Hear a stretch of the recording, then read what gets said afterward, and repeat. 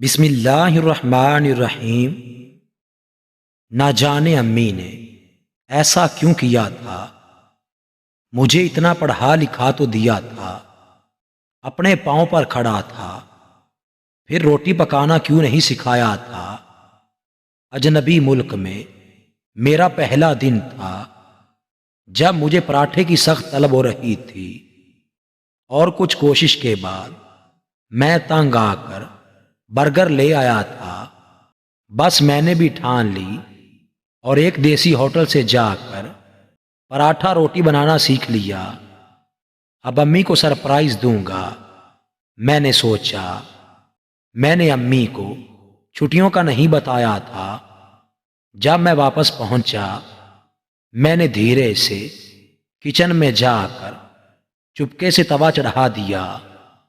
آخر ہمیشہ امی ہی کیوں، آج میں امی کو روٹی بنا کر کھلاؤں گا۔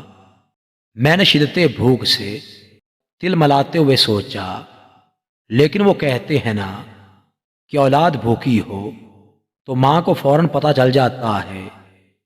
ماں نہ جانے کہاں سے آئی اور جھٹ سے میرے لیے گرم گرم 2 روٹیاں ڈال دیں۔